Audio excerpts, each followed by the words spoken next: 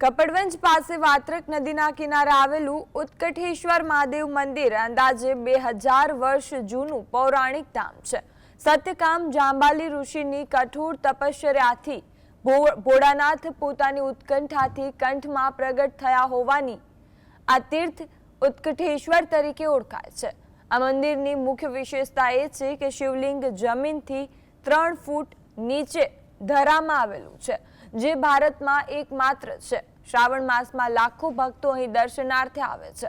અહીં શ્રીફળ કે લીલા નાળિયેરની બાધા રાખવાથી નિસંતાન દંપતીઓને સંતાન પ્રાપ્તિ થાય છે તેવી શ્રદ્ધાળુઓની આસ્થા છે।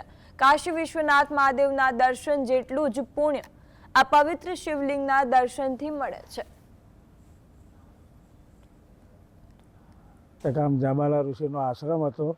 એ આશ્રમની અંદર પ્રગટ થયેલા છે। હવે સત્યકામ જાંબાલા ઋષિ મીટ ખાતા, હાથીનું મીટ ભક્ષણ કરતા, એટલે ઋષિમુનિઓ અને મીટ હાથીને સજીવન કરીને કાઢી મૂકતા।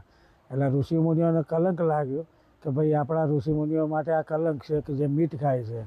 એટલે એમની પરીક્ષા માટે ઋષિમુનિઓ અહીંયા બધા ભેગા થયા અને એમને કીધું કે ભાઈ અમારે યજ્ઞ કરવા છે, પણ અમારા પુસ્તકો કાશીમાં છે। તો કે અમે કેવી રીતે યજ્ઞ કરીએ? તો કે તમારા પુસ્તકો કાશીમાંથી અહીંયા આવી જશે। એટલે વેત્રવતી નદી દ્વારા કાશીના પુસ્તકો અહીંયા લાયેલા।